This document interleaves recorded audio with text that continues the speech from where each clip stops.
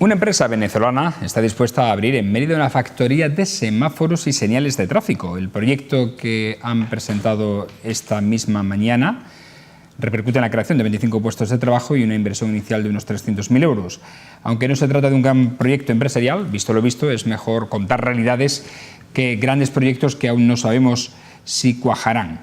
Hemos de dar la bienvenida a cualquier iniciativa que suponga crecimiento económico en la ciudad, sea del tamaño que sea, porque 10 empresas de este tamaño generan el mismo volumen de empleo que la azucarera anunciada y sin tanta exigencia, por cierto. Este ejemplo nos sirve para preguntarnos por ese macroproyecto árabe del que nada se ha vuelto a saber. Algunas informaciones apuntan a que los costes energéticos son el principal escollo para que los árabes se lo piensen aún más. De las prisas por acelerar las bonificaciones de impuestos y tasas al apagón informativo del proyecto. Las administraciones local y autonómica han hecho todo lo que se les ha solicitado, como es su obligación, por cierto, al preparar el marco que facilite la llegada de grandes proyectos como este. Pero alguien debería preguntar a los promotores por qué se ha dormido la azucarera. Una vez se conoció la noticia de que había decaído la opción de la ciudad inglesa que se proponía como rival a Mérida, todo parecía indicar que el plazo dado por la propia empresa para decidir su instalación en el primer trimestre de este año ha hecho aguas. De momento habrá que seguir esperando, pero mientras tanto hay que dar la bienvenida a cualquier proyecto que se materialice en nuestra tierra, sea para la creación de un puesto de trabajo o de 200. Por cierto, este viernes se inaugura Haciendas Bio, que ya sí es una realidad.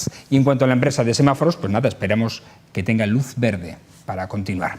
Buenas noches, bienvenidos a esta edición, la número 784 de En la Picota en Televisión Extremeña. Es martes y vamos a hablar de varias noticias que son de interés y que indudablemente las ponemos a disposición de nuestros picoteros para su análisis. Hoy están con nosotros Ruma Casillas, ¿cómo está? Buenas noches. Yo, gracias a Dios, sigo mejorando adecuadamente. Que no es poco. Que no es poco, que está muy bien. Tenemos también a Leonor Nogales. Buenas noches, ¿cómo estás? ¿Qué tal? Buenas noches. Bienvenida. Fernando Valenzuela, ¿cómo estás después de tu paréntesis de San Isidro? Romero. Si me hubieras preguntado ayer, te hubiera dicho que estaba atormentado. ¿Atormentado? Por las tormentas. Sí. Pero hoy estoy de maravilla. ¿O estás lúcido entonces? Estoy lúcido y muy contento de que esté aquí nuestro amigo Ruma. Por supuesto, porque yo también, claro. Claro. Nino González, ¿cómo estás? Buenas noches. Bien, buenas noches. Aquí a debatir un ratito con los amigos. Oye, ¿tú sabes algo de la azucarera o no? No, sé lo mismo que has dicho tú, que todo el mundo parece ser que ha hecho lo que tenía que hacer y esperamos que estos señores nos den un regalo de, iba a decir de Navidad, ¿no? Que sea de la feria o de vacaciones, pero nos den un regalo. Pero es evidente también lo que tú has dicho. Si no viene algo de 200, pues que vengan 10 de 25, que también nos sirve. También nos sirve, efectivamente. De manera, el consejero del ramo, sois Navarro, ¿no? Sí. Dice que es un proyecto que está vivo, que no hay ninguna razón para decir que eso ya está extinguido. No, no. Estamos esperando y que bien, pero Pues está que viva todavía. más, no, que viva más. Que viva más rápido. Precisamente las prisas venían por parte de los promotores del proyecto, que son los que poco más o menos atropellaron a las administraciones para que acelerasen los trámites cuanto antes, e incluso llegaron a decir que en el primer trimestre ya estaría dilucidado la situación, la aprobación del proyecto. Hombre, y eso... La cosa no está clara. Yo leí una información y decía en el mes de marzo, que daban ese mes como plazo para decidir ya los propietarios si la ponían o no la ponían, y estamos hablando del mes de marzo, estamos ya en mayo, o sea que la cosa clara no está, no ha vuelto a saberse nada, creo yo, vamos. Tú tampoco sabrás nada, ¿no, Ruma? En absoluto. En absoluto. No te tratas, ¿no? No. Con los jeques. Bueno, vamos a entrar en materia. Hemos conocido que el Boletín Oficial del Estado ha publicado este sábado el anuncio del sometimiento a información pública durante 15 días hábiles y a efectos de expropiaciones del acceso de Mérida de la línea de alta velocidad. Se trata, en concreto, del proyecto de construcción de plataforma de línea de alta velocidad Madrid-Extremadura. Acceso a Mérida, tramo San Rafael Cuarto de la Jara, según ha informado el Ministerio de Presidencia y para las administraciones territoriales en un comunicado. Y esto viene a colación porque este otro gran proyecto que suponía la estación intermodal tampoco se sabe nada. Se siguen licitando los plazos, como veis, a través del BOE, pero por ahora ni Adif ni Renfe ni el Ministerio ha dicho nada acerca de que recalase la estación más cerca de Mérida, como al final se aprobó en el inicio de esta legislatura. Fernando. Me supongo que estarán tomando decisiones respecto de tramos que no se pueden dudar, indubitados, ¿no? Es decir, aquellos tramos que dejan libre la solución de la intermodal que el ayuntamiento establece, porque la verdad es que como ha habido ya más de una ubicación decidida por los gobiernos municipales, pues claro, Adif dirá, bueno, vamos a ir haciendo aquello que sí, que no es dudoso, y vamos a dejar esto otro para cuando haya ya una certeza absoluta de que esto es lo que hay que ir a la ciudad de Mérida. Es un tramo, es un paso más, es decir, esto, y es todo dinero, y es todo lentitud, porque te das cuenta que esto, que es un tramo menor, pues supone entre licitación, tal, su ejecución, luego sale el proyecto, se expropia, el tiempo de reclamaciones, y se ejecuta luego en año y medio y tal, que quiere decir que es una parte más de las que hay que hacer, en las que hay que gastar dinero, y es mucho el dinero y mucho lo que hay que hacer, con lo cual es buena noticia porque supone que no está parado como está la azucarera, pero que realmente son, diríamos, el chocolate del loro en principio. Ruma. Bueno, yo también sobre esto, bueno, en principio todo lo que sea inversión sobre la mejora de la red ferroviaria me parece bien, o sea vengan tarde o vengan temprano, casos que vengan, y me parece bien. Me parecería mucho mejor que esto se hubiese adelantado, ¿no? Todo eso, pero bueno, ¿qué le vamos a hacer? Y yo lo que me queda también en duda es dónde va a estar ubicada definitivamente la estación, ¿eh? Porque yo esto no lo veo claro. El tramo este sé perfectamente cuál es, conozco las dos fincas, sé por dónde viene, y bueno, y sé que está ahí, pero no sé dónde se va a ubicar la estación. Yo lo que he leído en la prensa, al menos yo si no lo he interpretado mal, parece ser que ahora se inician los trámites como si fuese nuevo, o sea, porque la contratación que estaba hecha con una empresa anterior que se había hecho, prácticamente se ha anulado y hay que volver a iniciar todos los trámites desde el principio otra vez. Y parece ser que he leído que se retomaban los datos de la ubicación, o sea, de la entrada en Mérida con el fondo de saco.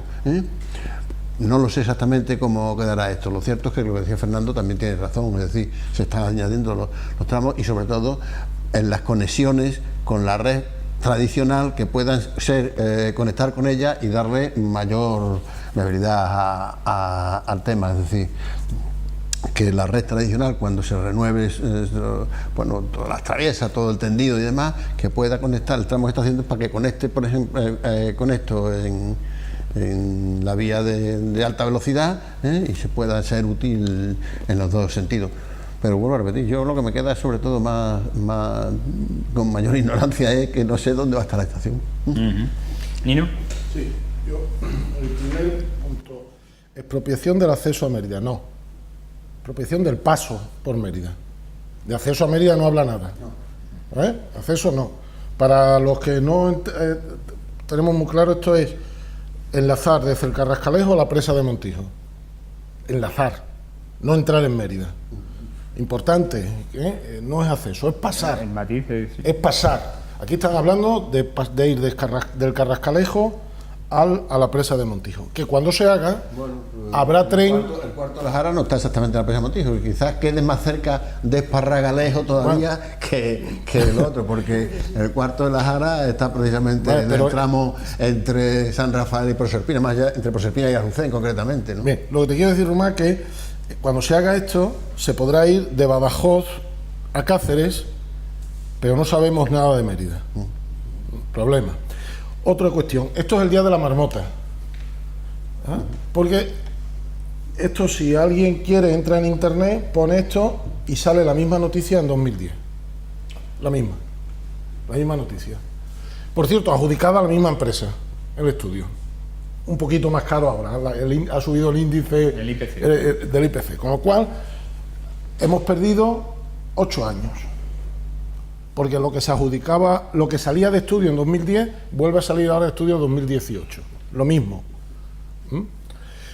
Curioso, lo que salió en estudio 2010 se adjudicó en 2014. Entonces, si hacemos lo mismo, lo que sale ahora en 2018 no se adjudicará hasta 2022. Sí, si hacemos las matemáticas pardas, ¿no? Por cierto, que no ocurra lo que ocurrió en 2014, ¿verdad? En 2014 se licita los tramos uno por 32 millones de euros y se adjudica por 18. 52% de bajada. A estas cosas a mí me ponen...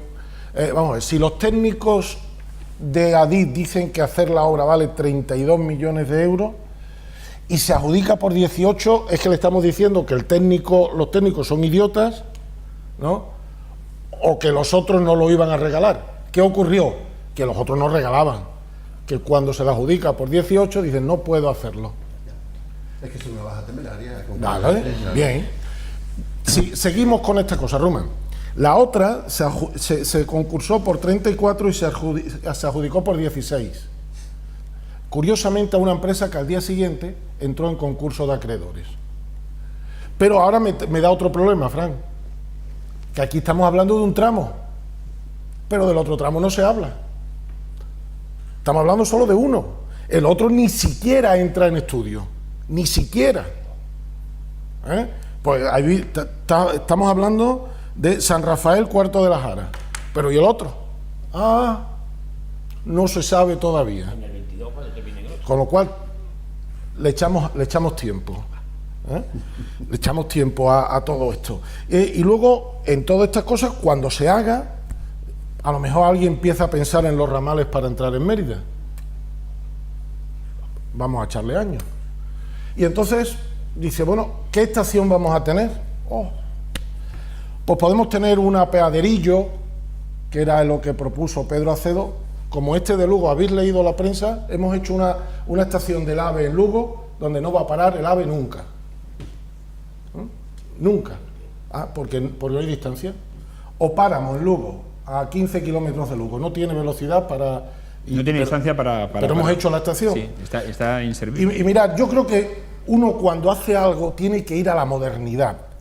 Yo no me quiero comparar, pero creo que tengo que exigir lo mismo que exigen los demás, ¿no? Y uno lee en la prensa, estación intermodal de Bilbao, 480 millones de euros. Estación intermodal, línea de alta velocidad, tren convencional, autobuses y aparcamiento, 480 millones de euros, en el centro de Bilbao. Y digo, bueno, si esto, la gente de Bilbao dice que es lo moderno, yo quiero lo moderno también. Yo quiero lo moderno, yo no me quedo con un apeaderillo ahí en medio del campo. Si los bilbaínos, que son gente lista, dicen esto es lo moderno, pues yo quiero lo moderno también para mi ciudad. 400 millones de euros a lo mejor no, pero bueno, le podían añadir. Bilbao ha conseguido 400 millones de euros y 720 para que le soterren el tramo y vaya por debajo. Yo no quiero que soterren nada, pero me parece que si la modernidad es estación de AVE en Madrid, en el centro, Barcelona en el centro, Bilbao en el centro, Sevilla en el centro, Zaragoza en el centro. Yo quiero una estación en el centro. Porque no la podemos poner como Requena, allí en el Ejido no va nadie, como la de Guadalajara no va nadie. Yo quiero lo que los demás están diciendo, porque yo creo que esta ciudad merece un proyecto de futuro, un proyecto moderno. Pidamos lo grande y luego a lo mejor nos quedamos menos, pero no nos vayamos a pedir un 600, que ya no va. No quiero un Ferrari, pero tampoco quiero un 600. Con lo cual a mí todo esto me preocupa porque aparecen cosas, pero hay otras que no aparecen. Con lo cual, sin ser negativo, estamos hablando que a lo mejor el AVE llega a Mérida dentro de 10, 12 años. Y me diré, ¿y el tren rapidillo que nos van a poner? El tren rapidillo que nos van a poner va a venir a Mérida por la línea convencional. Porque no se va a salir de la Garrovilla para entrar. Es decir, a mí esto del acceso me ha confundido. No es acceso, no se habla de acceso a Mérida por ningún lado, y a mí me gustaría que Mérida apareciera en todos los papeles, porque creo que lo necesitamos para que esta ciudad crezca y a lo mejor los árabes vengan más rápidamente si tenemos más accesos. Pero es que además, Nino, todo lo que tú dices hay una cosa que cae sentido común. El acceso a Mérida tendrá más o menos dificultades, no vamos a ponerlo eso en duda, Pero desde luego lo que no entra en cabeza humana es que la ciudad importante de Extremadura, la ciudad que es la capital de Extremadura y de la comunidad autonómica, quede al margen de las comunicaciones modernas. Es que eso no entra en cabeza humana, no lo podemos asimilar. Si no hacen eso es que nos están tratando de tontos, vamos. Yo creo que aquí en Mérida tenemos que alzar la voz y decir que nosotros queremos una comunicación moderna. Y yo termino, sé que estoy metiéndome en tiempo que no hay. Mirad, hacemos un AVE que viene de Madrid a Toledo, de Toledo ahora lo llevamos a Talavera, de Talavera lo bajamos a Navalmoral, de Navalmoral lo llevamos a Plasencia, de Plasencia lo llevamos a Cáceres, y hablamos en Mérida y estamos discutiendo entrada de saco no 10 minutos. O sea, el problema de todo este recorrido Toledo, Talavera, Navalmoral, al final son solo 10 minutos en Mérida, después de que hemos recorrido media España. Hombre, no. Por Dios, si además los trenes que vayan directo Madrid-Lisboa no van a parar ni en Badajoz, ni en Mérida, ni en Cáceres, entonces hágame usted una estación cercana al centro para que sea accesible a la ciudadanía. Hombre, pues yo la verdad creo que esto del AVE ha sido un despropósito para Extremadura, pero desde hace ya muchísimos años. Yo recuerdo, siendo diputada en la Asamblea, cómo aseguraba Rodríguez Ibarra que el AVE estaba en Extremadura en el año 2010. Eso, vamos, lo recuerdo yo porque lo he vivido. O sea, eran unas luchas las que había allí, una pelea por el AVE, para arriba, para abajo, y nada, el AVE estaba en Extremadura en el año 2010. Claro, cuando ves todo lo que ha pasado, pues entonces el ciudadano de a pie no me extraña que se sienta engañado. Este mismo tramo de licitación que estamos hablando ahora, yo por lo que he visto en los medios de comunicación, este tramo se licita por primera vez en el año 2013. Y en el año 2013 se adjudica una empresa que se llama Vías y Servicios, una cosa así, por 20 millones menos de lo que en realidad era el presupuesto de licitación. Se le adjudican 18 millones. Claro. ¿Qué pasa? Que la empresa hace el replanteo de manera negativa y entonces la empresa pues se echa para atrás y dice que la empresa en esas condiciones pues que no lo hace.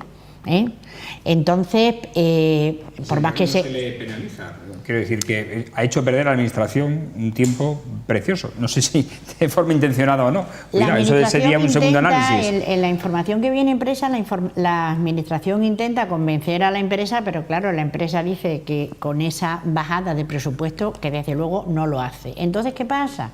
Pues que se tiene que volver a licitar ahora en el mes de mayo, otra vez, pero hemos perdido 5 años.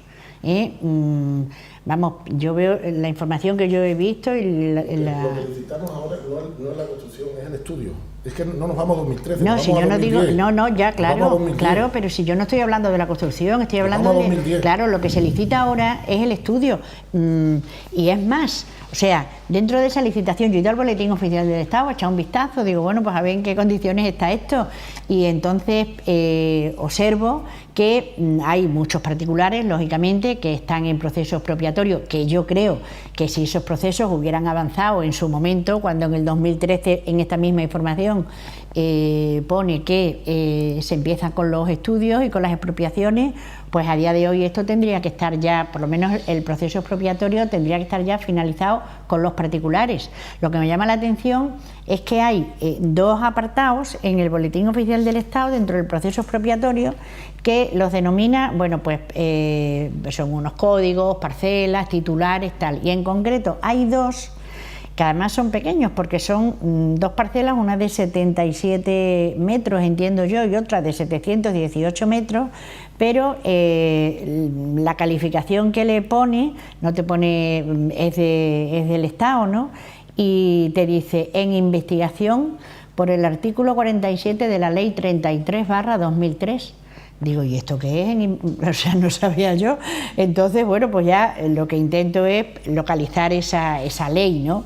Y entonces, bueno, pues esa ley lo que va es en una ley patrimonial del Estado, ¿no? De los propietarios de ello, ¿no?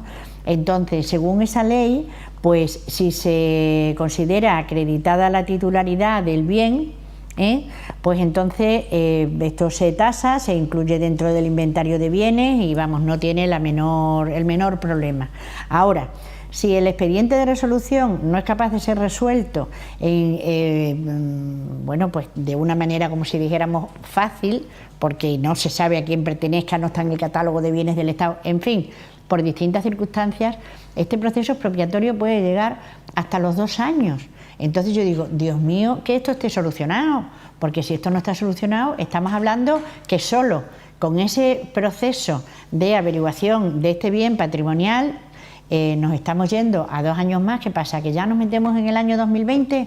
Pero es que luego tiene que venir la licitación de la obra.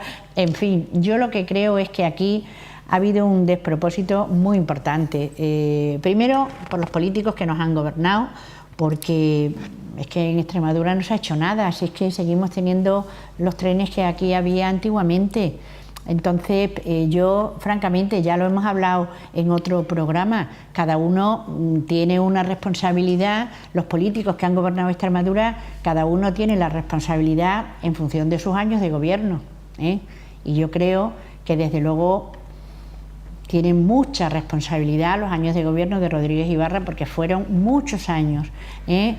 Ya lo hemos discutido en otra ocasión y yo sé, Nino, que se disgustaba de alguna manera, pero es que claro, veo... te olvidas que Adif perdona, es nacional. Disculpa. Pero es que te olvidas que Adif es nacional. Tú déjame que yo termine. Yo te dejo.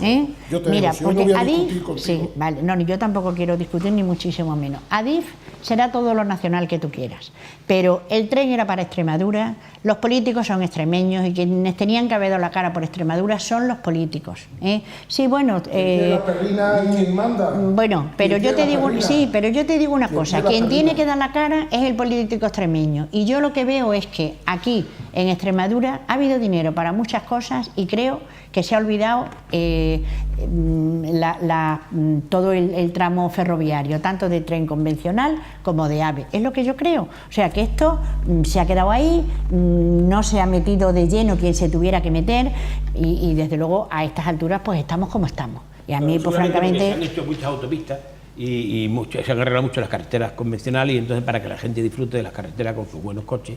Y pues entonces fíjate, dirán, bueno, pues que yo no lo sé, yo lo que veo que de Europa ahora ya que hemos disfrutado de la autovía, ya nos pondrán el tren.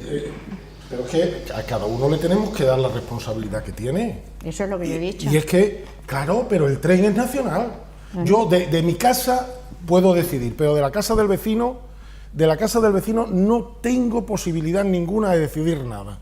No tengo posibilidad ninguna. Y Adif, me guste o no, es con Renfe quien tiene las competencias. Yo no quería hoy entrar en política porque creo que estamos hablando de cosas más importantes, pero lanzas a Ibarra, lanzas a los políticos, y también los políticos nacionales están engañando a Extremadura, y desde el 2011 los que son responsables de Adif es el gobierno Rajoy, aquel que adjudicó temerariamente, aquellos que se están olvidando, aquellos que le dan a Bilbao 480 millones y no le dan a Extremadura. ¿Por qué? Porque enlazaremos con lo que viene luego a continuación, pues lo necesitamos para los presupuestos, ¿vale?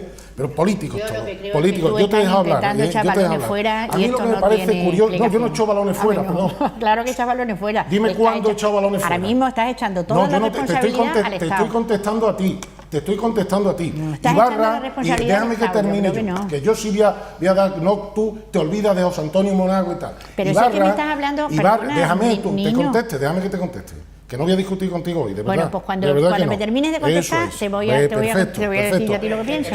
Sí, pero 15 segundos, no, 15 segundos.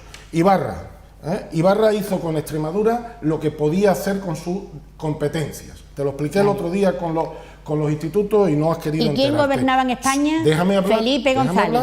Déjame hablar. Así de fácil. Pero déjame hablar. Venga, no hables de Rajoy, habla de Felipe González, en época de Ibarra. ¿Digo lo que tú quieres que diga o digo lo que yo quiero decir? Yo me adapto hoy, que de verdad que no discuto contigo. ¿Qué quieres que te diga? La verdad. La verdad, la tuya o la mía. Leo. La verdad solo tiene un camino. Pero me dejas seguir, es que me he quedado en Ibarra y cuando yo hablo de Ibarra, tú me das un hachazo. Que de verdad que no voy a discutir. ¿Quieres que hable de FelipeGonzález? Hablo de Felipe González. No quiero que digas la verdad. Es que sí, pero déjame. Venga, Nino. Déjame. Ibarra hasta 24 años. Felipe González hasta 2006, hasta el 96. En el que había que hacer un país y se hicieron cosas. se hicieron infraestructuras, otras no, y el tren no.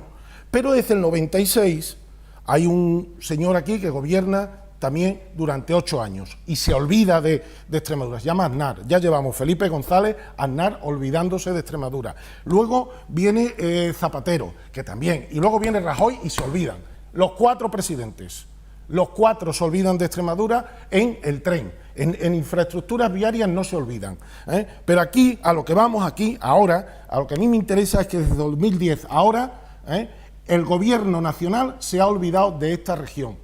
Y si queremos ponemos este y el otro y el demás allá. Pero la realidad es que se nos han olvidado de la región. Y yo me voy por una derivada más. La empresa de los estudios es un chollo, pues hizo el estudio en 2010 y le pagaron. Y ahora la misma empresa le dan el mismo estudio y le vuelven a pagar. Creo que la geología tiene que cambiar muy poco. Hombre, más seriedad.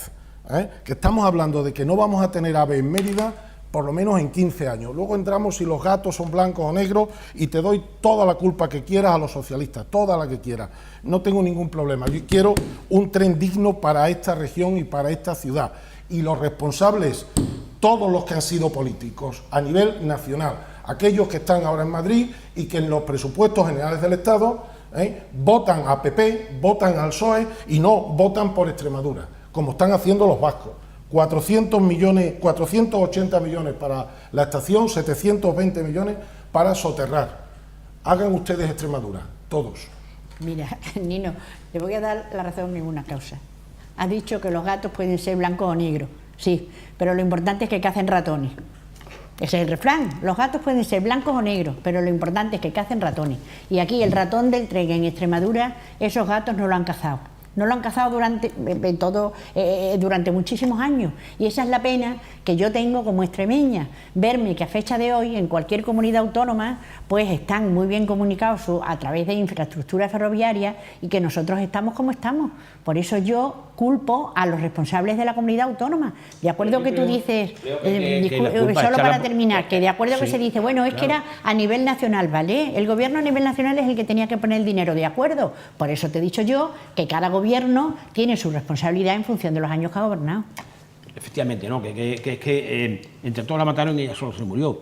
Yo la verdad es que cuando hablo nombro a Rodríguez Barra o nombro a José Antonio Mago, me gustaría, o a los gobiernos de Madrid, me gustaría escuchar de ellos qué razones se han dado para que no se hayan hecho mayores inversiones en Extremadura. Es posible que a lo mejor en Extremadura se hayan hecho fuertes inversiones en otro sector, y todo se puede decir.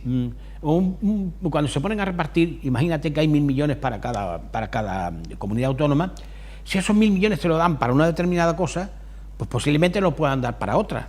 Yo estoy convencido de que también mucho ha tenido que ver los proyectos que se presentaban para Europa. Entonces, porque en aquellos tiempos las captaciones de agua en los pueblos eran absolutamente, no sé, precarias. Los pueblos se quedaban sistemáticamente, hace 20 y tantos años, se quedaban sistemáticamente sin agua en verano. Y entonces, cuando presentabas un proyecto de captación de agua, o tanto un pantano, una traída desde el Zújar o desde no sé dónde, inmediatamente te lo aprobaban. Y seguramente habría otros proyectos que no podían presentarse a Europa porque esos fondos, los fondos FEDER, etcétera, tenían un carácter finalista y eran para los servicios más perentorios, más inmediatos.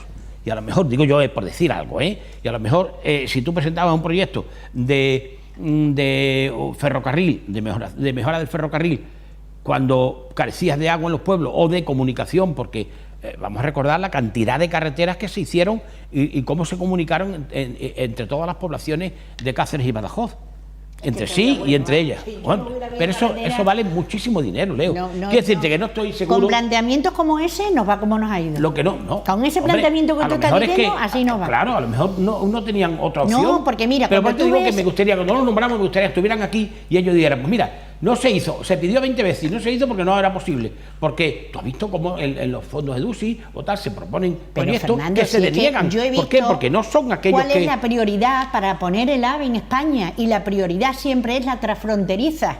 Y es una pena que tengan el AVE todas las comunidades españolas y que nosotros, que precisamente somos una región transfronteriza con Portugal, nos hayamos quedado, vamos, iba a decir una palabrota, nos hayamos quedado sin nada. Porque es que que dudo yo que Rodríguez Ibarra o José Antonio Monago o el gobierno de Madrid no haya tenido, por el tiempo correspondiente, 4 años, nada. Que no hayan tenido interés en traer el tren a Extremadura. Dudo yo muchísimo eso. Nada, no hablamos de José Antonio Monago porque es una legislatura de 4 años, y estamos hablando de que la comunidad autónoma empieza en el 83. La parte alícuota que tenga, bueno, mínima. Pero que la mínima, la que sea. Pero que dudo yo que ni uno ni otro hayan hecho dejación de sus funciones, que estoy completamente convencido de que si los escucháramos hablar, darían razón, y el presidente actual que ha estado ya en otra ocasión, tendrán sus razones por las que no ha podido hacerse. Pero que no, porque eso es dinero, en definitiva. Los fondos europeos vinieron a Extremadura a rodo. ¿Tú sabes en qué se invirtieron esos fondos europeos? Pues se invirtieron en piscinas, en polideportivos, en infraestructuras así para los pueblos, pero nunca en ningún momento se hizo otro planteamiento, que es lo que a mí me duele como extremeña, que si los criterios de instalación del AVE en las comunidades autónomas era el que te he dicho, el criterio, los ejes prioritarios del AVE era el eje atlántico, el eje del Mediterráneo, la cornisa cantábrica, en fin, si esos eran los criterios, ¿cómo es posible que nosotros, siendo una región transfronteriza como somos, nos hayamos quedado de esta manera? Hombre, verás, por eso, pero Portugal se niega a hacer el AVE. Bueno, pero ha podido venir hasta aquí, ¿vale? Y luego Portugal que hubiera hecho lo que hubiera querido. Yo, en este aspecto, creo que al analizar esto debíamos, o sería,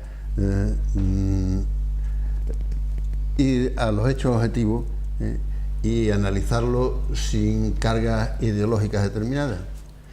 Y digo esto porque a mí me parece que en una región como una comunidad como nosotros, con una extensión enorme y con un índice de población bajísimo, las prioridades no son las mismas que en otras comunidades donde la población es mucho mayor, donde la actividad económica es mucho más amplia, que eso es necesario que se desarrolle aquí para que alcancemos eso, de acuerdo. Pero cuando hay el dinero hay que invertirlo con prioridades, y no es la misma prioridad 100.000 que 10 millones, esa es la realidad. Entonces eso hay que tenerlo en cuenta, y se nos han estado haciendo cosas efectivamente con fondos europeos, se nos ha hecho mejorar infraestructura, que se han hecho muchas cosas en los pueblos, evidentemente, y me parece muy bien porque ha sido mejorar la calidad de vida de los pueblos, las cosas que se han hecho, pero por lo tanto, lo del tren, que evidentemente está mal, lo tenemos abandonado, lo tenemos como queráis, pero vuelvo a repetir, contamos con lo que tú apuntabas antes, con la colaboración de Portugal, que no ha existido hasta hace poco, con la discrepancia entre unos políticos y otros de si el tren tiene que venir por mi pueblo o tiene que venir por el otro pueblo, el AVE o no el AVE, hasta el punto de que realmente, si se pretendía hacer una cosa de conexión transfronteriza y con el menor costo posible, no cabe la menor duda de que cualquier persona normal dice: usted aproveche la línea Puerto Llano, que tiene hecha la mitad del trayecto. Tiene hecho la mitad del trayecto. Sin embargo, porque el AVE tiene que pasar por no sé qué sitio, y si no pasa por el otro lado, ¿verdad? Entonces se han empezado a discutir unos con otros, a echarse las culpas unos con otros y llevarlo todas las decisiones con una gran carga ideológica. Eso es mi opinión, y por lo tanto creo que se ha perdido tiempo, pero que no se ha perdido tiempo respecto a que se adelante el tema del ferrocarril, pero que no se han dejado de hacer cosas en Extremadura, no cabe duda. Se han hecho muchas cosas, se ha creado una infraestructura terrestre, vamos, por decirlo de alguna manera, una vial, que es muy buena, y se ha mejorado muchísimo la calidad de vida de los pueblos. Como en otras comunidades autónomas, ¿no? Claro, no, por supuesto que sí, en todas. Leo, como en otras, o en este aspecto, más que en otras, porque te voy a decir una cosa, los fondos europeos, Extremadura ha tenido una gran cantidad de fondos europeos. Porque éramos objetivo 1. Bueno, pues evidentemente entonces no ha sido como a otras comunidades, ha sido más que a otras comunidades. Pero nos han igualado a muchas comunidades en muchas cosas.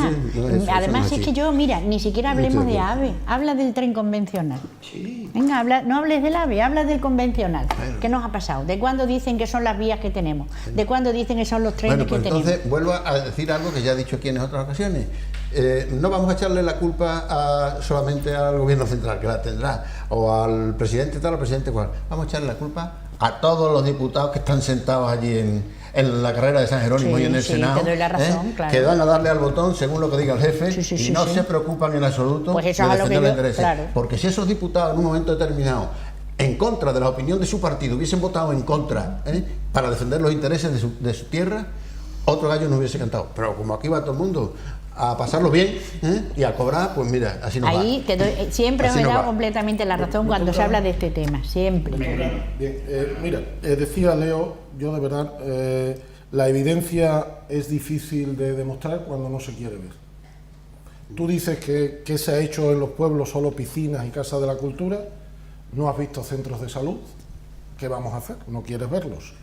No has visto hospitales, ¿qué vamos a hacer? No quieres verlos. Perdona, he hablado yo con te fondos te he dejado hablar calladito como un muerto estado. Estamos hablando de fondos europeos. Sí, tú has dicho que con Ibarra nada más que se hizo piscinas y casas de la cultura. Se hicieron institutos, se hicieron colegios, porque había un modelo. Y te puedes ir a Aragón. Y en Aragón vas a ver que la mitad de los aragoneses viven en Zaragoza, porque no se apostó por las zonas rurales, no se apostó por hacer piscinas, por hacer casas de la cultura, por hacer colegios en los pueblos, por hacer centros de salud en los pueblos, para que la gente se quedara en sus pueblos y hacer carreteras. Y aquí se apostó por el modelo de pueblos, porque era nuestra realidad social. Y nos gastamos los fondos europeos, por cierto, en Europa bien calificado en esos gastos, porque Europa mide hasta en un lápiz que lo hagas mal. Con lo cual, el dinero no ha sido en todas las comunidades igual gastado ese dinero. Aquí está bien calificado. Y termino por donde empecé, porque nos hemos ido. Seguimos sin estación de ferrocarril en Mérida. Luego diremos lo que sea, pero a la noticia que estábamos, a Mérida no viene ninguna estación ni ningún AVE. Al centro. Bueno, ¿alguna aportación más? Si no, pasamos a otro tema. Si están con esos procesos, tendrá que venir al final una estación. Yo no me quedo con esa negatividad. Lo único que pido y que espero es que desde luego clamen las conciencias en Extremadura y consigamos de verdad que, como bien dice Ruma, por nuestros políticos que están en Madrid en la carrera de San Jerónimo, por los que están en Europa y por los gobiernos, que vean que en Extremadura pues nos han dejado abandonadas de la mano de Dios en cuestión de infraestructuras ferroviarias, tanto convencionales como de AVE. Vale, pues vamos a hablar ahora precisamente de los presupuestos generales del Estado, que son con los que se financian el AVE y otras infraestructuras en las diferentes comunidades autónomas por parte del Gobierno central. El Gobierno central planea tomarse su tiempo antes de adoptar una decisión definitiva sobre qué hacer en Cataluña. Mariano Rajoy ha acordado con Pedro Sánchez y Albert Rivera mantener de momento el control sobre la Generalitat como respuesta a la voluntad de Quim Torra de nombrar consellers a los políticos presos y huidos. Pero es probable que el desenlace no se conozca hasta mañana miércoles, cuando el Congreso acoge la última votación sobre los presupuestos generales del Estado. El Ejecutivo Central ha decidido aprovechar que, gracias a la aplicación del artículo 155 de la Constitución, la publicación de los decretos en el Diario Oficial de la Generalitat de Cataluña está en manos de Soraya Sáez de Santamaría para bloquear el desafío de Torra. En la Moncloa se interpreta como una provocación que el presidente catalán pretenda que Jordi Turull, Josep Rull, por cierto que esto de Turull Rull parece un dúo cómico, los nombres me refiero, y los subidos pues hayan sido propuestos para las carteras. Dice que si no se publican los decretos no son oficiales, porque lo que ha publicado el Diario Oficial de Cataluña es la estructura del gobierno, no así su nombramiento. Por cierto que hoy Guillermo Fernández Vara, en un Consejo de Gobierno extraordinario que se ha celebrado en Tentudía, ha dicho que indiscutiblemente se ha de mantener el artículo 155 mientras que no haya alternativa de gobierno en esa comunidad. Ruma. Bueno, esto de los presupuestos condicionados por el 155, pues sí, esto pone detrás de manifiesto la fragilidad del sistema parlamentario que hay, porque el PNV se niega a apoyar los presupuestos si no se levanta el artículo 155. Yo no me lo creo todavía, y lo voy a decir por qué. No me lo creo todavía porque en definitiva... ¿Cuánto se juegan? 700 y pico millones, aparte de lo del... Se juega muchísimo dinero y no creo que ningún partido pueda votar en contra de sus propios intereses, los intereses de sus ciudadanos. Y tiene una salida ahora para poder votar los presupuestos. Es decir, yo mantengo que el 155 se levante. Pero claro, mire usted, es que yo lo mantengo ante una situación normal, pero cuando esos señores eligen a un señor que es xenófobo, que es fascista, eso, yo no puedo apoyar eso. Y como no puedo apoyar eso, es mi opción para dar marcha atrás y poder dar una salida al acuerdo de los presupuestos. Esa es mi opinión. Y no lo sé lo que ocurrirá, pero tengo esa esperanza. Leo. Yo pienso exactamente lo mismo que Ruma. Yo estoy convencida, a lo mejor tengo que arrepentirme de lo que diga, pero yo creo que el PNV sí va a estar a favor de la votación de presupuestos, porque lógicamente la situación política que ha planteado Cataluña a día de hoy no es la misma que se planteó con anterioridad, cuando el PNV lo que intentó fue hacer un amago de hay que retirar el 155, hay que dialogar, hay que intentar que se llegue a una situación de estabilidad. ¿Con qué nos hemos encontrado? Bueno, pues nos hemos encontrado con que si el 155 no va a poder retirarse si se siguen cometiendo actos ilegales en Cataluña, y actos ilegales se están cometiendo desde el momento que se quiere nombrar consejero a 2 personas que están presos y a 2 que están huidos. O sea, yo pienso que ante esa estrategia de confrontación política que están manteniendo el gobierno catalán, pues lógicamente ante la confrontación lo que tiene que haber es una determinación política importante, y el gobierno de España tiene que estar determinado a seguir manteniendo el 155 hasta que dejen de producirse estos actos ilegales. Luego, por otra parte, yo confío mucho en España y en la Constitución, y pienso que nosotros venimos de una dictadura, y un país que fue capaz de salir de una dictadura e instaurar una democracia, yo pienso que de la misma manera es un país que va a ser capaz de remontar esta situación de secesionismo que quiere el gobierno catalán. La verdad es que no ha ayudado el nombramiento de esta persona, de Torra, como presidente del gobierno de Cataluña, porque es una persona que en sus declaraciones se le ve que es sectario, que es xenófobo, que es fascista, y a mí lo que me extraña es que parece que no quiere gobernar. O sea, cuando se nombra un presidente de gobierno, se nombra porque se quiere aplicar pues un proyecto político, se quieren hacer cosas por tu comunidad autónoma, se quiere trabajar, se quiere crecer, se quiere tener unos presupuestos, en fin, se quiere gobernar. Y lo que yo no puedo entender es cómo este hombre no quiere gobernar. O sea, es un hombre que se ha puesto ahí de paja, pensando en un gobierno fuera, en Bruselas, que lo normal es que si hacen caso a la situación política y a lo que ha mandado el juez Llarena, ¿no?, a Alemania, Puigdemont vendrá a España bastante... Porque esta tarde ha dicho ya el tribunal alemán que rechaza provisionalmente la acusación de rebelión de Puigdemont formulada por el Ministerio Público, por la Fiscalía Alemana. Pues yo no puedo entender eso, porque desde luego, y más conociendo a los alemanes, vamos, les tenía que haber pasado al resto de los países europeos, les tenía que haber pasado lo que nos ha pasado a nosotros. Fernando. En principio, yo hubiera puesto al revés este enunciado. En lugar de los presupuestos condicionales 155, hubiera puesto el 155 condiciona los presupuestos. Vea, necesidad de los presupuestos. Es una necesidad de medio y de precepto para el PP. El PP, en todas las encuestas son desfavorables. De manera que si consigue aprobar el presupuesto de 2018, lo prorroga en 2019 y llega a la final de la legislatura. Luego ya pasaría lo que sea. Lo que no puede de ninguna manera ahora es convocar elecciones anticipadas con todos los vientos en contra. ¿Qué está ocurriendo con los presupuestos? Pues que se le están concediendo montañas de dinero a todo el que tiene voz suficiente para poder, para dar su voto. Para que su voto es imprescindible. Canarias, UPyN, el PNV.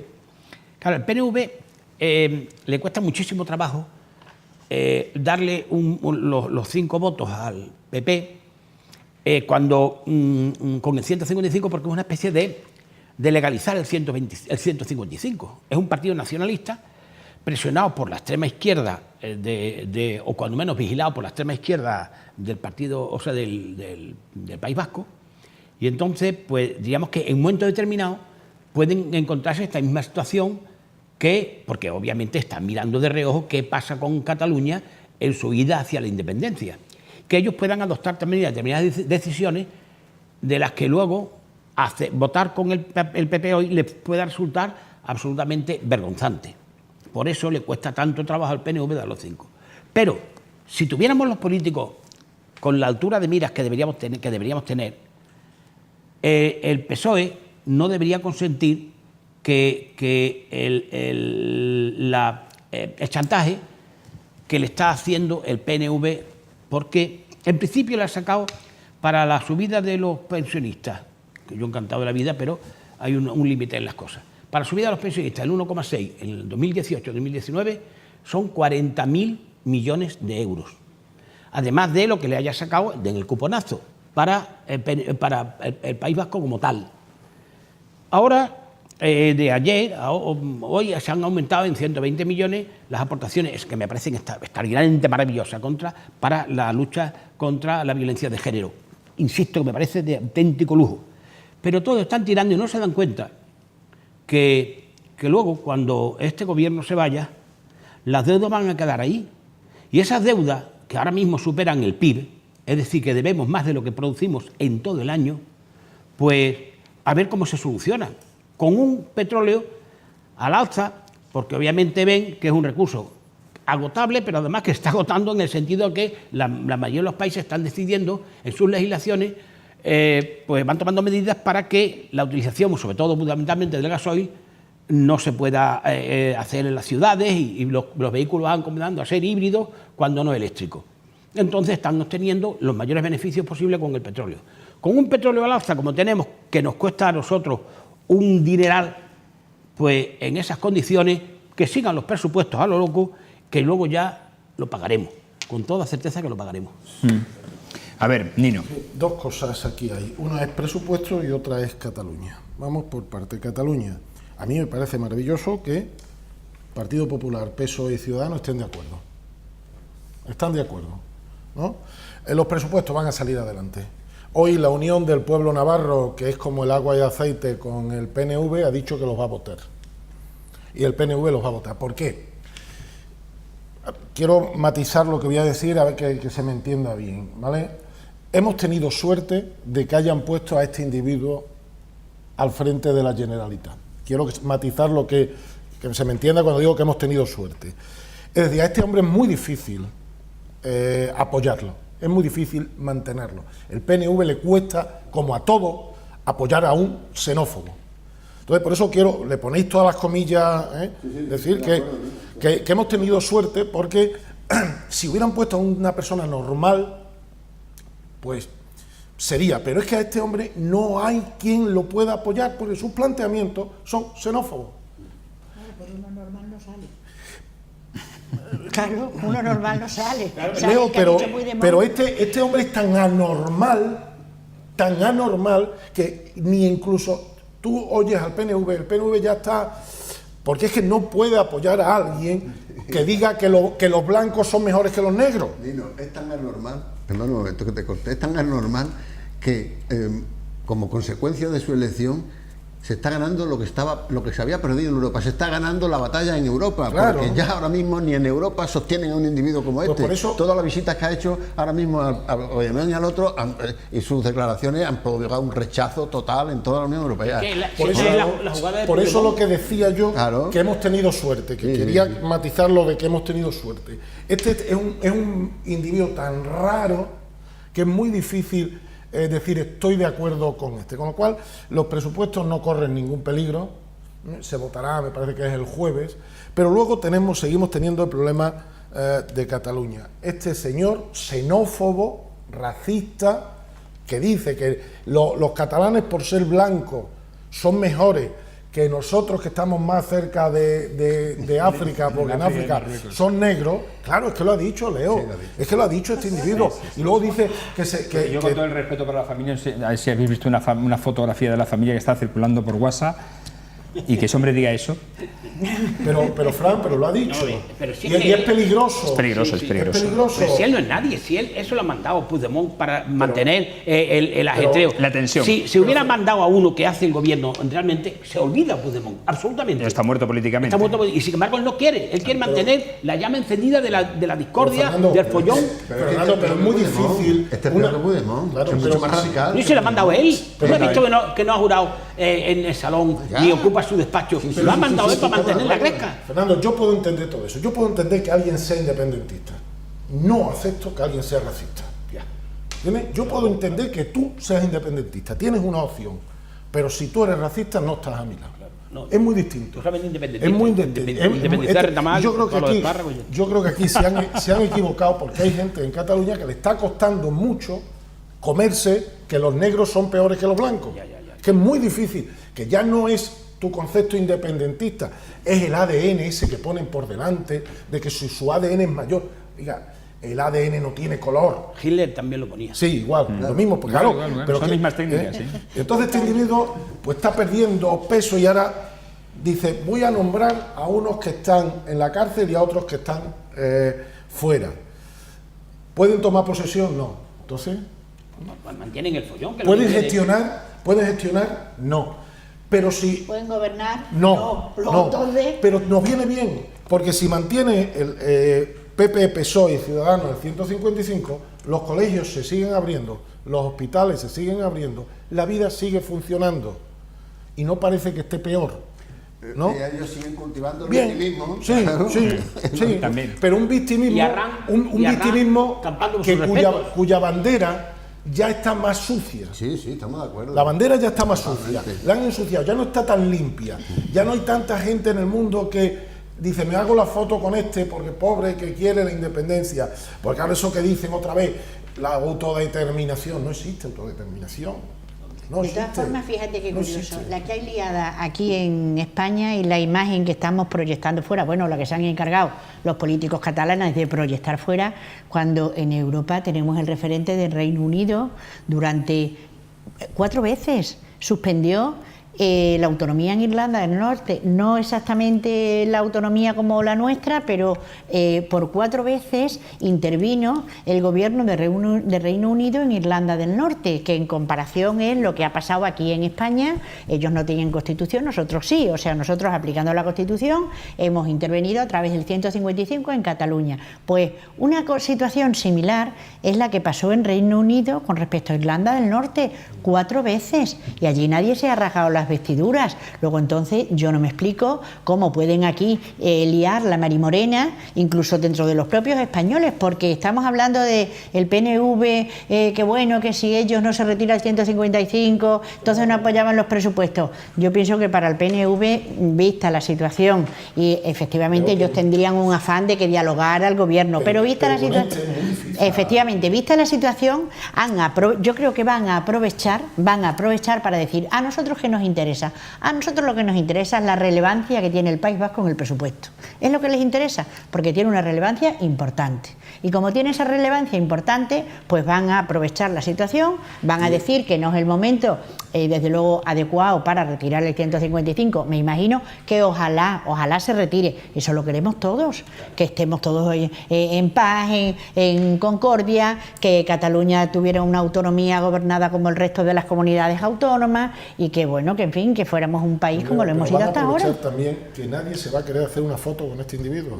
Si ese es el asunto, es que han tensionado todo tanto.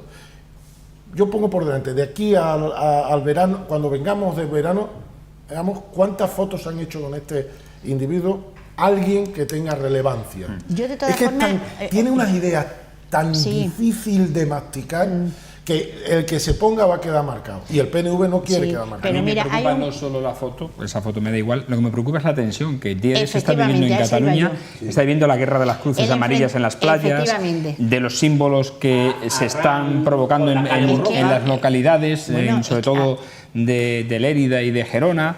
En fin, esa tensión No, que si ha está salido- creciendo ha salido entre en el independentistas telediario, y O sea, ha salido constitucionalistas. una playa llena de cruces Pero porque saben amarillas. esas Y imágenes, esa tensión existe. Mira, yo estuve el otro día aquí. pero ahora más, se ha acrecentado, porque se han crecido con este hombre, han dicho, pues si este ahora es el nuevo Estuvo aquí presidente el y otro dice lo que día dice... un hijo predilecto de la ciudad, que fue Manolo Flores. Estuvimos comiendo con Manolo. Manolo, sabéis, vive allí, y Manolo te cuenta la tensión que vive allí. Que dice, una cosa es la que veis y otra es la que ellos dicen que tenían un grupo de gente que pues se ha dividido, ya no está el grupo, porque cuando te reunías acababas... La tensión está allí, la tensión lleva desde hace 4 años que está, y evidentemente desde septiembre para acá mayor. Y este hombre, yo sigo pensando que es una suerte que le hayan puesto. ¿Entiendes? Porque es alguien al que podemos señalar desde todos sitios. Lo que veo es lo que decía Fran, el enfrentamiento entre los catalanes. En la sociedad civil, efectivamente, sí. Entre los ciudadanos catalanes. Rápidamente, porque nos queda poco tiempo, vamos a hablar del plebiscito de Podemos. Y el chalet de 660.000 euros comprados por Pablo Iglesias y Irene Montero había generado un fuerte malestar en Podemos. El plebiscito que ha arrancado hoy a las 5 de la tarde, que pretende legitimar y socializar la decisión con los militantes, va camino de tensionar aún más a esta formación. Dice el diputado Isidoro López, que es un diputado de Podemos, de la corriente anticapitalista de la Asamblea de Madrid, que lo que acaban de hacer Iglesias y Montero es dinamitar Podemos como organización, reducirla a un aparato de legitimación de los caprichos de sus líderes. Dice, ya lo era, pero ahora a la vista de todos. Como decimos, son palabras de Isidoro López, de la corriente anticapitalista y diputado en la Asamblea de Madrid de Podemos. Lo he dicho además una serie de mensajes para rechazar esta consulta anunciada el sábado y que hoy se ha puesto, como ya sabéis, en marcha. Un referéndum que, según define este diputado, es un holocausto plebiscitario. Por cierto, que el secretario general de Podemos en Extremadura, Álvaro Jaén, dijo ayer que votará la continuidad de Pablo Iglesias e Irene Montero y ha manifestado que cree que esta consulta nunca tenía que haberse producido porque viene forzada, dice, de una campaña de acoso terrible. Vaya, hombre. Ahora resulta que es acoso, ¿no? Con ellos. Mira, si se podría resumir al respecto del tema que estamos tratando con aquello de la incoherencia. Pero porque si has escuchado en cualquier sitio, tanto en medios de comunicación, de vídeo como de audio, como de la incoherencia. Pero yo quería hacer un razonamiento para llegar un poco breve, porque el tiempo en televisión vale mucho dinero. Pues entonces, breve. Inicialmente el 15M nace como consecuencia lógica del hartazgo de una sociedad civil que está hasta el moño de ciertas medidas, de que se arregle la economía, la macroeconomía, pero que luego eso tanto, verá, y no llegue luego a las bases, a los que más lo necesitan, que haya unos contratos de trabajo, unas reformas laborales que perjudican definitivamente al que menos tiene y tal. Es decir, nacen como una consecuencia lógica de ese hartazgo. Pero decían que jamás se iban a convertir en partido político. Lo piensan, se lo plantean y dicen, bueno, pues si nos convertimos en partido político es poder. Bueno, ya sí dan el siguiente paso, se convierten en partido político, que ocupan el espacio a la izquierda del PSOE, engulléndose inmediatamente a Izquierda Unida.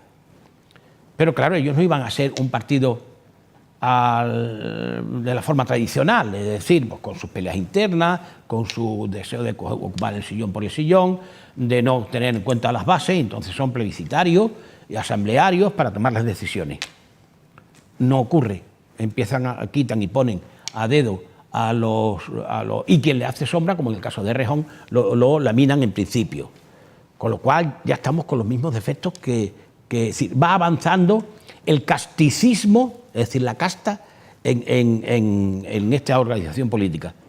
Y lo último que ocurre es que estos señores se ven con unos sueldos superiores a los 4.000 euros cada uno y dicen, bueno, claro, no podemos comprar la hipoteca de 1.600 euros concedida por un banco afín, amigo, pagamos 300 euros cada uno, estamos 30 años juntos, no sé quién le va a garantizar que va a gastar los 30 años juntos, y nos compramos nuestro pie, claro. Pero ¿qué ocurre? Que ha dicho tantas cosas que claro, pues efectivamente se ha vuelto en contra. Ahora utilizan el plebiscito como un mecanismo para lavar la cara, y lo que hacen es perjudicar más al partido aún, porque tú te puedes comprar algo, pero hombre, es que se sale de ojo. Cómprate una cosa, como ha hecho Alberto Garzón, unos 200.000 euros ha gastado pero sin esa movida, sin ese rollo, y sin que previamente hubiera no sé, descalificado a todo aquel que hacía cosas similares de comprarse una casa grande. Es decir, que son reos de sus propias palabras. De todas formas, cada uno se puede gastar dinero donde quiera. Si lo tiene y se lo dan, adelante. Pero no haber criticado. Pero lo que no puede es involucrar a un partido en esa decisión. Si tú crees que ha hecho bien, sigue adelante con ella. Si no, dimite. Pero no extiendas el problema, ¿no?, al resto del partido. Incluso la pregunta del referéndum que se ha montado esta gente es una pregunta chantajista. Falsa, claro, es una pregunta, es un chantaje, lo estaba haciendo a las bases, porque usted no tiene por qué preguntar, seguimos dirigiendo las bases, no seguimos dirigiendo. Pregunte usted si está de acuerdo en que yo me compre ese chalet, que lo ocupe, que entonces eso es lo que ustedes tienen que decidir, si está de acuerdo con nuestro código ético o no está de acuerdo con nuestro código ético, pero no pregunte porque eso es un chantaje, nadie le va a decir, y menos a esta gente, que quede el partido descabezado y que se vayan, porque no es así. Ellos saben de antemano que eso lo tienen ganado, pero es un chantaje a su base lo que han planteado, y a mí desde luego me produce un estupor grande ver la desvergüenza de esta gente. Es que esto es desvergüenza. Respecto, si tú analizas sus antecedentes, no sus antecedentes, sino las actuaciones que han ido teniendo, unos scratches horrorosos, a la gente embarado por ellos, y bueno, tú dices, y esto es venidamente, y dice, es que me están acosando porque los paparazzi vienen detrás de mí, mire usted, y cuando usted los mandaba contra ellos, es que esto es una desvergüenza total lo que tienen. Yo en un primer momento yo decía, primaba la incoherencia en el planteamiento que están haciendo, digo, pero qué gente más incoherente, yo que le he escuchado decir en un programa del Hormiguero, que él si fuera presidente del gobierno no viviría en la Moncloa, o sea, él viviría en su piso de Vallecas. Sí. Entonces, claro, yo que he escuchado eso, pues francamente, cuando luego veo esto, digo, no, esto no es incoherencia, estos señores lo que son unos caraduras, unos vividores y unos embusteros. Es lo que son. ¿Por qué? Pues porque en España la gente, con toda su buena fe, hubo muchos que los votaron porque abrazaron el discurso de los ricos y los pobres, los de arriba y los de abajo. Entonces, esa gente que abrazó ese discurso hoy en día, me imagino que se estará dando cuenta, como el resto de los españoles, que fue todo puro electoralismo y demagogia. ¿Por qué digo yo que son unos caraduras y unos vividores? Pues porque todos sus planteamientos que tenían los han dejado atrás, e incluso con las declaraciones que se atrevieron a decir. No podemos olvidar a Luis de Guindos, porque se compró un ático que creo costó 600.000 euros, que el chalet de estos artistas no son 600.000 euros, son 660.000 euros más efectivamente, más impuestos. Lo que pasa que muchas veces la prensa trata a unos políticos más benévolamente que a otros. Entonces, un señor que se ha atrevido a decir de Luis de Guindos que como un ministro de Economía puede gastar el dinero en un ático de 600.000 euros, que desde luego él no pondría a España en las manos de un millonario, pues mire usted, precisamente ahora lo ideal sería que los españoles reconsideren lo que usted está haciendo y no pongan España en sus manos. Una cosa más, Leo, un segundo, Nico, termino enseguida, y es que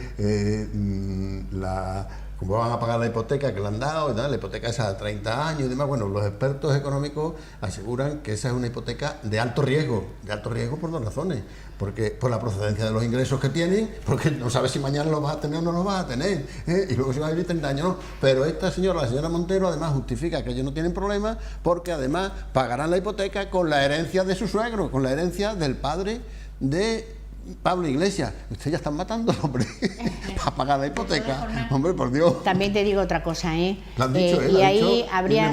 Sí, tienes toda la razón, pero también hay otro apunte. Estos señores han vendido la hipoteca en un una caja que se llama Caja de Ingenieros. ¿Qué pasa con esa caja de ingenieros? Catalana. ¿Dónde tiene metido el dinero Podemos? Allí. En ese banco, Caja de Ingenieros. Y eso, si tú metes un dinero esperando un beneficio personal, como pudiera ser lo que está pasando, pues eso tiene un nombre, ¿verdad que sí? Pues ese nombre ya es hora de que salga también a la palestra. Nino. Sí, aquí hemos estado entre la ética y la estética. La ética y la estética. Lo habéis dicho todo. Es un expreso de sus palabras. Porque, en principio, ¿qué han hecho mal? Nada. Un señor se compra una casa. Yo no sé dónde vive Albert Rivera, ni me interesa. No sé dónde vive Pedro Sánchez, ni me interesa. Porque cada español, con nuestro dinero, nos podemos comprar lo que nos dé la gana. Sea caro, pero claro, Cuando tú sales... Dinero ganado legítimamente. Sí, por Vamos eso. a hacer también una ahí. cierta puntualización. Por eso, es decir, el proceso de compra es legítimo, pero claro, como decía Leo, cuando yo he largado por esta boquita y he criticado a Fernando que se ha comprado el mismo coche que yo, pues entonces, claro, cuando Fernando dice, oye, pues ahora tú, claro, porque el hecho de comprárselo es legítimo, es un dinero que ganan y que se lo pueden gastar donde quieran. Otra cosa es que ahí sí creo que había que, y lo ha dicho Leo, es la hipoteca. Si yo voy al banco a la caja de ingenieros, me dan una hipoteca a 30 años al 5%, ¿me la dan a mí? 0,5. 0,5. ¿Me la dan? Más 0,5. ¿Me la dan? Esa es mi pregunta. Porque claro, parece ser que es uno de los 4 bancos con los que trabaja Podemos, que tiene todo el derecho del mundo. Las condiciones ni te dan la cantidad, ni ninguna de las dos cosas. Claro. La máxima que financia los bancos es el 80%. La última imposición ahora en mayo ha sido de 800.000 euros. Del partido de Podemos. O sea, la última imposición en mayo, 800.000 euros. De todo lo que estamos hablando es legal, no es estético. Lo que teníamos que ver es si la hipoteca esa tiene las mismas condiciones que tuviera el currito de turno que entrara en la oficina. Si no, pero ahora lo que estamos hablando es de estética, de que uno que ha alargado mucho, pues se tiene que comer sus palabras. Pero ha alargado y de manera evidente, que es lo que más te duele. Pero Leo, se van a divertir, porque va a vivir al lado de Carolina Vescanza. Se van a divertir mucho ahí. Van a ser vecinos. Sí, parece ser que van a ser vecinos, con lo cual se van a... Y claro, uno, cuando le oyó a Pablo que él no viviría nunca alejado de los ciudadanos, joder, pues con todo el respeto del mundo, tienes derecho a comprarte una casa de 600.000 euros, pero allí muchos de los ciudadanos que te votan a ti no creo que vayas a tener alrededor. La verdad, sí. Lo que hablabais de los scratches es verdad, ¿eh? Ahora ellos dicen que es acoso. Bueno, y cuando persiguieron a Rosa Díez, que salió en la televisión, que estaba Pablo Iglesias allí delante. Me dejáis terminar una cosa. Hemos descubierto una palabra. Casoplón. No, eso ya, eso de No mucho. viene en la RAE, no viene en la RAE, no viene bueno, en la RAE, pues yo voy a hemos hacer- inventado ahora un casoplón. Sí. No, pues yo eso sí lo había escuchado. Pero lo hemos Lo puesto que- de moda. Hay un programa de radio, que lo recomiendo, que es de humor, se llama Todo por la Radio, que decía que Pablo Iglesias va a pedir a Carmena que amplíe el límite de Vallecas hasta su chalet, para seguir viviendo en Vallecas. Ah, y otra cosa, el plebiscito va a ser aceptar pulpo como animal de compañía. Seguro. Bueno, nos vamos. Sí, pero quiero decir que Rosario Velaira ha conseguido este fin de semana el ¿sí? tercer premio en el certamen nacional de la copla de Barcelona. Cierto. Que organiza Enhorabuena, la Rosario. Casa Buena amiga de esta casa, Andalucía. además, sí. Y ya dejamos ya que el Mérida tenga suerte el sábado. Que el Mérida tenga suerte La va a el sábado. necesitar. Mérida que gane. Por que es último, nuestro que Guillermo Fernández Vara ha dicho que va a elevar al Gobierno Central la evaluación de las zonas afectadas por las tormentas y el granizo. Así que esperemos que haya suerte y cubra eso. Gracias, Leo. Hasta la Nada, próxima hasta la semana semana. que viene. Gracias, Nino. Hasta la próxima semana. Fernando, lo pases bien. Ya nos contarás tu próxima aventura gastronómica. Domingo, el sábado, con mis compañeros hace Ruma, 50 años. que lo pases bien. Que tengas buena semana. Pues nada, eso espero, y que todos vosotros también la disfrutéis. Señores, le emplazamos a una nueva edición de La Picota. Será mañana miércoles. Hasta entonces, recuerde que en las redes sociales, en Facebook, en Twitter, en YouTube y en Instagram, pueden informarse de todo lo que sucede a nuestro alrededor. Buenas noches y hasta mañana. Que sean felices.